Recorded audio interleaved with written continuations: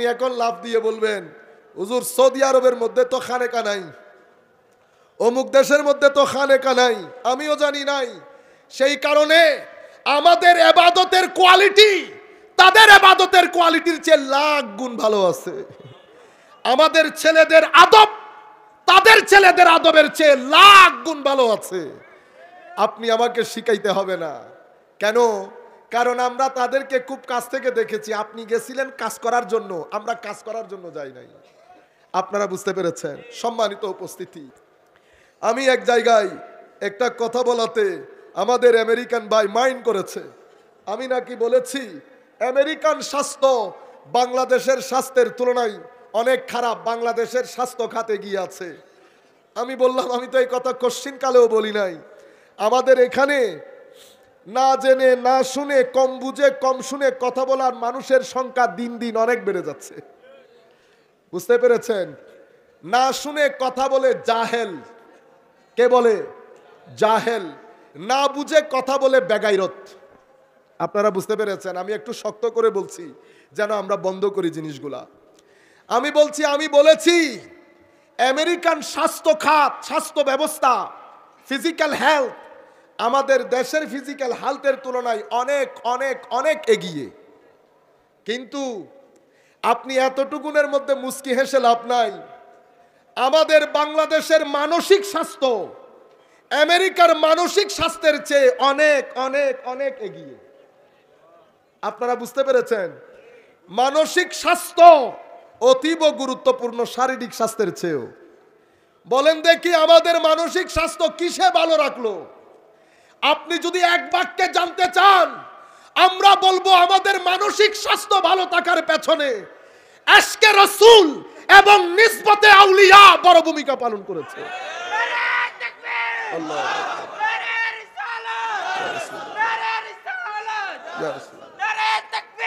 আল্লাহু আকবার, ইয়া রাসূলুল্লাহ, জিন্দাবাদ জিন্দাবাদ। সম্মানিত উপস্থিতি, এই জায়গার মধ্যে মানসিক স্বাস্থ্যের ক্ষেত্রে সুফিয়ায়ে কেরামের খানেকা সবচেয়ে গুরুত্বপূর্ণ ভূমিকা পালন করেছে। মনে রাখবেন, আলেমদেরকে আপনারা জীর্ণ শীর্ণ মনে করছেন। এই আলেমরা, এই খানেকা, পীর দরবেশ, এরা যদি এই ভূখণ্ডের মধ্যে না আসতেন, আমাদের দেশের আদব কায়দা, মানসিক স্বাস্থ্য ভেঙে পড়তো। আপনি এখন লাভ দিয়ে বলবেন হুজুর সৌদি আরবের মধ্যে তো খানেকা নাই, অমুক দেশের মধ্যে তো খানেকা নাই, আমিও জানি নাই। সেই কারণে আমাদের ইবাদতের কোয়ালিটি তাদের ইবাদতের কোয়ালিটির চেয়ে লাখ গুণ ভালো আছে। আমাদের ছেলেদের আদব তাদের ছেলেদের আদবের চেয়ে লাখ গুণ ভালো আছে। আপনি আমাকে শিখাইতে হবে না। কেন? কারণ আমরা তাদেরকে খুব কাছ থেকে দেখেছি। আপনি গেছিলেন কাজ করার জন্য, আমরা কাজ করার জন্য যাই নাই। আপনারা বুঝতে পেরেছেন? সম্মানিত উপস্থিতি, তাসাউফ তরিকতের ক্ষেত্রে ইহসান আমার আল্লাহ তাদেরকে কতটুকুন উপরে তুলেছেন। সময় তো শেষের দিকে, আমরা আর কথা না বাড়াই। আমরা 2-3 মিনিটের মধ্যে শেষ করে অনেক দূরে যেতে হবে। আমরা সালাতুনিয়া রাসূলুল্লাহ আলাইকুম সালামুনিয়া হাবিবাল্লাহ আলাইকুম। সেই কারণে নিজের সঙ্গ ঠিক করেন, সুহবত ঠিক করেন। কার সাথে আপনি আছেন? হয় আপনি যেই সঙ্গের মধ্যে আছেন সেটা আপনার ভিতরের জগৎকে বিনাশ করে দিচ্ছে, অথবা আপনি যেই সঙ্গের মধ্যে থাকবেন সেটা আপনার ভিতরের জগৎকে নূরানি করবে। সম্মানিত উপস্থিতি, ফকিরের সাথে, আলেমে রব্বানির সাথে যাদের হায়া আছে, তাকওয়া, তাওয়াক্কুল আছে, সেই সমস্ত আলেমদের সাথে থাকবেন। হযরতে ইয়াহইয়া বিন মুআজ রাদিয়াল্লাহু তাআলা আনহু শাইখুল মাশায়েখ ছিলেন, তাবেউত তাবেঈনদের সাথে পিঠ লাগানো। উনি বলতেছেন, বেটা 3 ধরনের মানুষ থেকে বেঁচে থাকবে। এই 3 ধরনের মানুষ তোমার ভিতরের জগৎকে বরবাদ করে রেখে দেবে, তোমার ইবাদতের যৌক নষ্ট করে দেবে। তোমার রাতের সিজদার মোহাব্বত বিনাশ করে দেবে, তিলাওয়াতে কোরআনের ইশক বরবাদ করে দেবে, জিক্রে ইলাহির মধ্যে তোমার হৃদয়ের মধ্যে যেই নৃত্য দেখা দিত সেটা বিনাশ করে দেবে। কারা? প্রথমে উনি বলছেন গাফেল উলামা। কারা? এমন আলেম যাদের দৃষ্টি মানুষের পকেটের দিকে থাকে, এমন আলেম যারা শানে রিসালাতের মধ্যে গুস্তাখি করে, এমন আলেম যাদের কোনো সুহবত নাই, এমন আলেম যাদের কোনো নিসবত নাই, এমন আলেম যারা বড় মানুষ দেখলে লাফ দিয়ে ওঠে, এমন আলেম যারা লোভী, এমন আলেম যারা মানুষের পকেটের মুতালাশি, এমন আলেম যারা খালকে খুদার মধ্যে নিজেদের ইজ্জত তালাশ করে, এমন আলেম যারা চায় আমাকে অনেক মানুষ গিয়ে নিয়ে আসুক, অনেক মানুষ গিয়ে দিয়ে আসুক, এমন আলেম যেই ব্যক্তি হুজুর গৌসুল আজম কথা একটা বললে আরেকটার দিকে চলে যায়, ঝামেলা। হায় হায়, হুজুর গৌসুল আজম বলতেছেন তাসাউফ এবং ইশক এটা কাপড়ে চুপড়ে আসে না, এটা কুজো হয়ে মানুষকে আল্লাহওয়ালা দেখানো এটা দিয়ে আসে না, হাতের মধ্যে তসবিহ মুড়িয়ে আসে না, কালকালাতুল লিসান মানে জবান দিয়ে। হায় হায়, আমি এখন যেভাবে করছি উনি আমার কথাই হয়তো বলতেছেন। আল্লাহর ওলিদের কিতাবের সমস্যা হচ্ছে এটা, আপনি পড়লে মনে হবে আপনাকে দেখে দেখে উনি এটা লিখতেছেন। আমি বয়ে ওই কিতাবগুলো পড়ি না, কাশফুল মাহজুবও একই জিনিস, মনে হয় যেন তীর আপনার দিকে ধরে আছে। হায় হায়, কলকালাতুল লিসান কি? কলকালাতুল লিসান ফি হিকায়াতিস সালেহিন অথবা বিহিকায়াতিস সালেহিন, আল্লাহর ওলিদের কথা বলে মানুষের ভিতরের থেকে মহব্বত আদায় করা, নিজেকে আল্লাহ ওয়ালা হিসেবে তুলে ধরা, আমাদের কথা বলছে। এই ধরনের আলেম, গাফেল আলেম থেকে বেঁচে থাকো, ঈমান বেঁচে যাবে, আকীদা বেঁচে যাবে, সুহবত যদি বেঁচে যায় তোমার সিনার ভিতরে আল্লাহ যে নূর দিয়েছেন সেটা সালামত থাকবে। দ্বিতীয় প্রকার যেই ব্যক্তি থেকে তুমি রক্ষা করবে নিজেকে, এমন ফকির যেই ব্যক্তি ধোঁকাবাজ, এবং এমন সুফি, এমন পীর মুর্শিদ যেই ব্যক্তি নিজেকে পীর বলে দাবি করে সে আসলে পীর না, সে মূর্খ জাহেল, মারেফতের নাম দিয়ে শরীয়তের গলায় ছুরি চালানো তার কাজ। এমন ব্যক্তির, সেই কারণে কাশফুল মাহজুবের মধ্যে হুজুর দাতা গঞ্জে বখশ আলী হুজবেরি বলছেন সুফি তিন ধরনের হয়। একটা সুফি যে ব্যক্তি মায়ের পেট থেকে আল্লাহর ওলি হয়ে দুনিয়াতে আসে। আমাদের অনেক ভালো ভালো ছাত্র আছে না, গড গিফটেড মেরিটোরিয়াস, তারা জেনেটিকলি মেরিটোরিয়াস, ঠিক সেভাবে কিছু আল্লাহর ওলি জেনেটিকলি আল্লাহর ওলি, আর কিছু মুতাসাউফিফ এরা বেশি কষ্ট করে, ইবাদত রিয়াজত করে তাদেরকে আল্লাহ বেলায়েত দান করে। আর কিছু মুস্তাউসিফ, তো মুস্তাউসিফ কারা? তারা আসলে সুফি না, তারা সুফি দাবি করে, তাদেরকে আমরা আমাদের পরিভাষায় ভণ্ড বলি। মানুষ খেতে বসলে দস্তরখানের মধ্যে মাছি যেমনে ডিস্টার্ব করে, আল্লাহর ওলিদের দস্তরখানের মধ্যে ভণ্ডরা মাছির মতো ঠিক সেভাবে ডিস্টার্ব করে। আপনারা বুঝতে পেরেছেন? হযরতে সমস্ত আল্লাহর ওলি এই কথার উপর একমত। কাশফুল মাহজুবের মধ্যে দাতা গঞ্জে বখশ এনেছেন, হুজুর গৌসুল আজম নিজের ধারাই বলেছেন, অন্যান্য আউলিয়ায়ে কেরাম ভিন্ন ভিন্ন ভাবে বললেও কথা কিন্তু একই। তাসাউফের খামির কেমনে তৈরি হয়? আমরা আল্লাহর ওলিদেরকে এত ছোটখাটো মনে করলাম, তরুণ প্রজন্ম তো বলতেই চায় না কথা। আল্লাহর ওলিদের বেলায়েতের খামির কেমনে তৈরি হয়? আল্লাহর ওলিদের বেলায়েতের খামিরের মধ্যে সাখাওয়াতে ইব্রাহিম থাকে আলাইহিস সালাম, সাখাওয়াতে ইব্রাহিম থাকে। কোন আল্লাহর ওলি পাবেন না যিনি কৃপণ। আল্লাহর ওলিরা জেনেটিকলি সাখী হয়।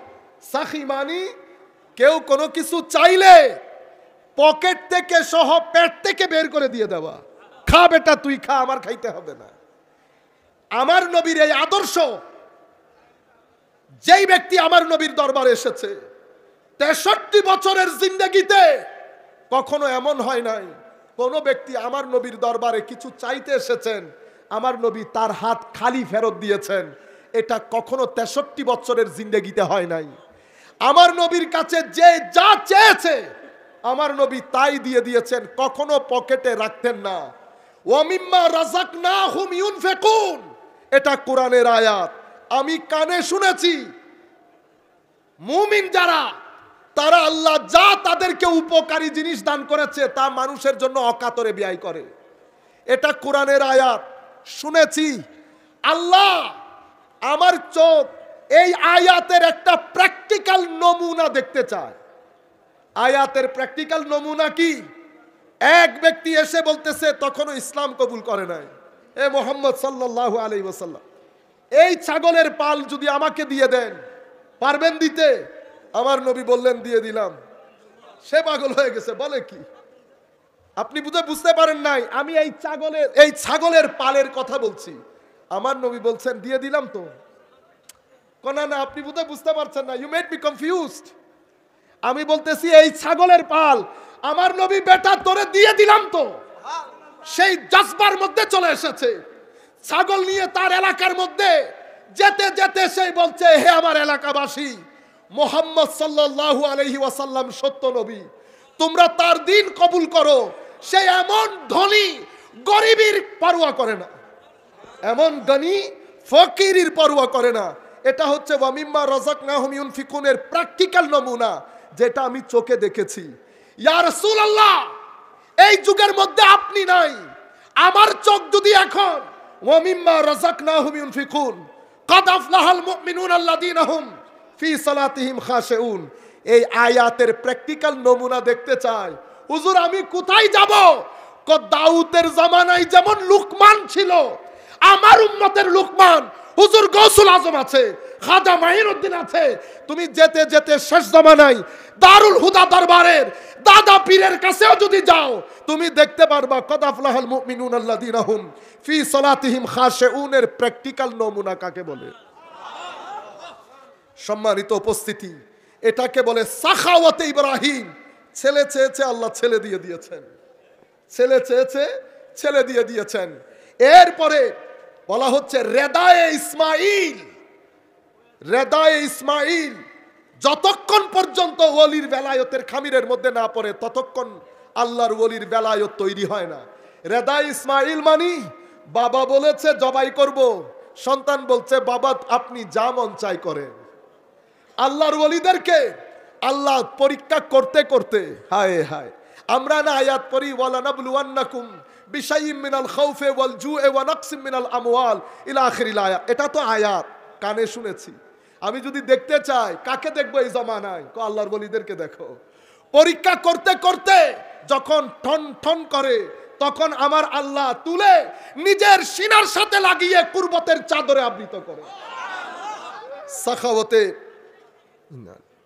রেদা ইসমাইল, সবরে আইয়ুব, ইশারায়ে জাকারিয়া, গুরবতে ইয়াহইয়া, সিয়াহাতে ঈসা, ফাকরে মুস্তাফা সাল্লাল্লাহু আলাইহি ওয়াসাল্লাম, এই 8টা ফুলের রস যখন এক খামিরের মধ্যে পড়ে, সেখান থেকে বেলায়তের খামির তৈরি হয়। এই আল্লাহর ওলিরা শেষ জামানায় এসে বলেন তো দেখি, এক দরবার, ওইটা বিশ্ব ইজতেমা। ওইটা কি? বিশ্ব ইজতেমা। টিভি সিনেমা পাগল হয়ে গেছে দেখাইতে দেখাইতে। কাশ তোমরা যদি একবার এসে ইজতেমা দেখে যাইতা। এটা এক আল্লাহর ওলির লোকাল ইজতেমা। লোকাল ইজতেমা, লোকাল ইজতেমার যদি এই অবস্থা হয়, আল্লাহর ওলিরা যদি বিশ্ব ইজতেমা করে, পৃথিবীতে জায়গা দিতে পারবে বলে আমার কাশ যদি আমার চোখ কোনোদিন দেখতো। আমি বড় দুঃখ প্রকাশ করতাম।